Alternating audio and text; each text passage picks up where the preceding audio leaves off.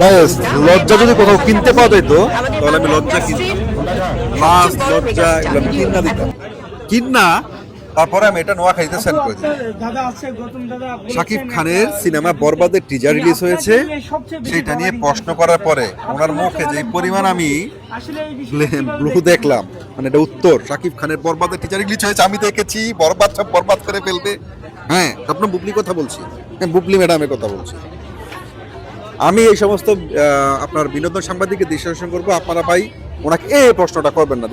Megastar superstar Shakib খানের, আপনার সহশিল্পী শাকিব খানের সিনেমা টিজার রিলিজ হয়েছে, আপনি কি দেখেছেন, এটা বলবেন না। উনি এটা এক্সপেক্ট করেন আপনাদের কাছ থেকে। উনি এক্সপেক্ট করে এইটা যে আপনার হাজবেন্ড, যদিও সেটা প্রমাণিত না, হ্যাঁ, আপনি দাবি করেন হাজবেন্ড, আপনার দাবি করা স্বামীর সিনেমা বরবাদের টিজার রিলিজ হয়েছে, আপনি যেটা দেখেছেন কিনা।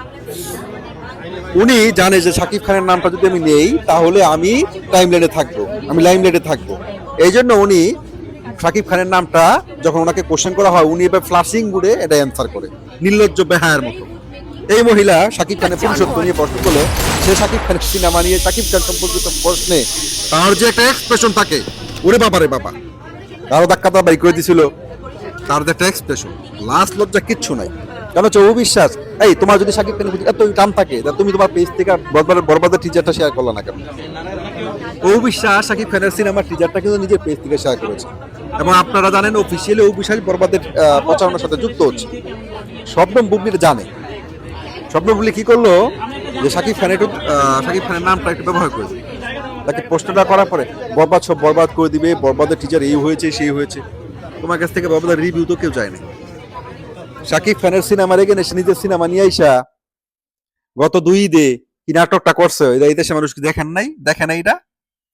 হ্যাঁ, শাকিব খানের পুরুষত্ব নিয়ে প্রশ্ন কে তুলছিল?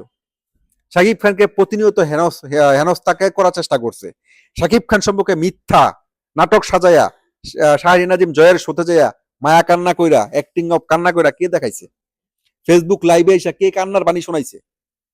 শাকিব খান সম্পর্কে এত কথা তুমি বলো, মানে লাজ লজ্জার লেশ মাত্র নাই তার।